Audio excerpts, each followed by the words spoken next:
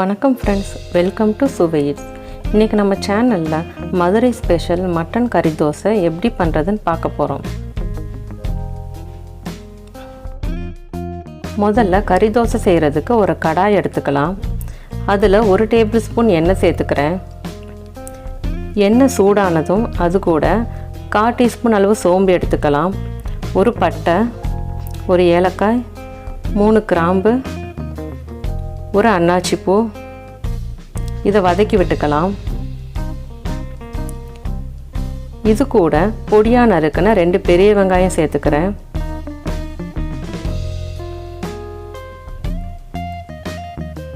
வெங்காயம் சீக்கிரம் வதங்குறதுக்கு கொஞ்சமாக உப்பு சேர்த்துக்கிறேன். நான் கல் உப்பு சேர்த்துருக்கேன், சாதா உப்பு இருந்தாலும் பரவாயில்லைங்க. வெங்காயம் பொன்னிறமாக வர வரைக்கும் வதக்கி விட்டுக்கலாம். வெங்காயம் நல்லா வெந்துருச்சு. இப்போ இது கூட ஒரு பச்சை மிளகா பொடியாக நறுக்கி சேர்த்துக்கிறேன். கொஞ்சம் கருவேப்பிலை சேர்த்துக்கலாம்.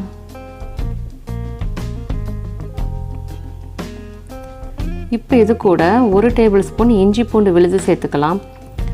இதோட பச்சை வாசனை போகிற வரைக்கும் நல்லா வதக்கி விட்டுக்கணும். இப்போ 2 தக்காளி பொடியாக நறுக்கி சேர்த்துக்கிறேன். இதையும் நல்லா வதக்கி விட்டுக்கோங்க. தக்காளி நல்லா வதங்கினதும் அது கூட 1 டீஸ்பூன் மிளகாய்த்தூள், 1 டீஸ்பூன் மல்லித்தூள், 1 டீஸ்பூன் ஜீரகத்தூள், 1/4 டீஸ்பூன் மஞ்சள் தூள், 1/4 டீஸ்பூன் மிளகுத்தூள் எல்லாத்தையும் சேர்த்து நல்லா வதக்கி விட்டுக்கலாம். 1/2 கிலோ கொத்துக்கறி நான் வாங்கி வச்சுருக்கேன். இந்த மசாலாவோட கொத்துக்கறியை சேர்த்துடலாம். இதை நல்லா மசாலாவோட மிக்ஸ் பண்ணி விட்டுக்கோங்க.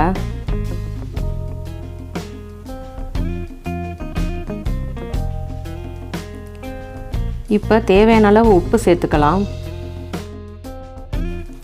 கறியை மசாலாவோட சேர்த்து நல்லா வதக்கி விட்டுக்கலாம். இது நல்லா வதங்கினதும் அது கூட 1/2 கப் தண்ணி எடுத்துக்கிறேன்.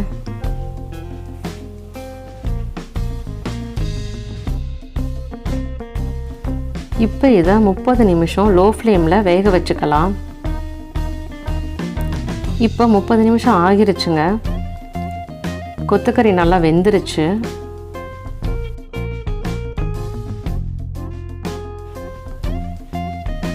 இப்போ இது கூட 1/2 டீஸ்பூன் கரம் மசாலா சேர்த்துக்கலாம். கடைசியாக ஒரு கைப்பிடி கொத்தமல்லி சேர்த்துக்கோங்க. இதை நல்லா கிளறி விட்டுட்டு ஸ்டவ் ஆஃப் பண்ணிக்கலாம்.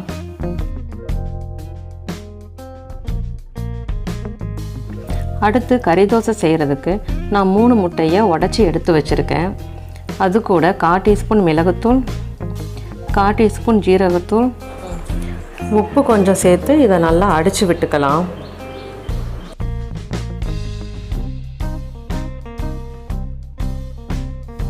அடுத்து தோசை தவா எடுத்துக்கலாம். தோசைக்கல் சூடானதும் 1 கரண்டி மாவை எடுத்து ஊற்றிக்கோங்க. அதில் நம்ம அடித்து வச்சுருக்க முட்டையை கொஞ்சம் ஊற்றிக்கலாம்.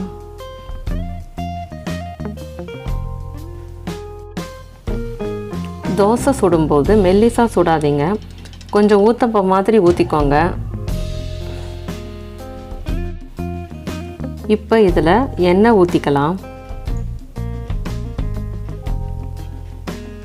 இப்போ நம்ம ரெடி பண்ணி வச்சுருக்க கறி மசாலாவை சேர்த்துருங்க. அதை நல்லா ஸ்ப்ரெட் பண்ணி விட்டுக்கோங்க.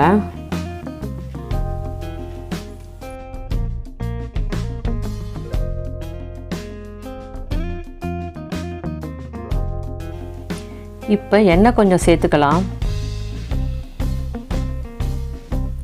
இந்த மாதிரி கரண்டியை வச்சு நல்லா அமுத்தி விட்டுக்கோங்க. அப்போ தான் மசாலா நல்லா ஒட்டிக்கிறோம். தோசை ஒரு சைடு வெந்ததும் திருப்பி போட்டுக்கலாம்.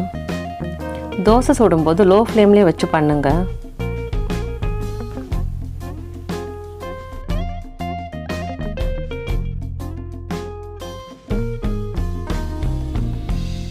கறி தோசை 2 சைடும் நல்லா வெந்துருச்சுங்க. இப்போ நம்ம இதை எடுத்துடலாம்.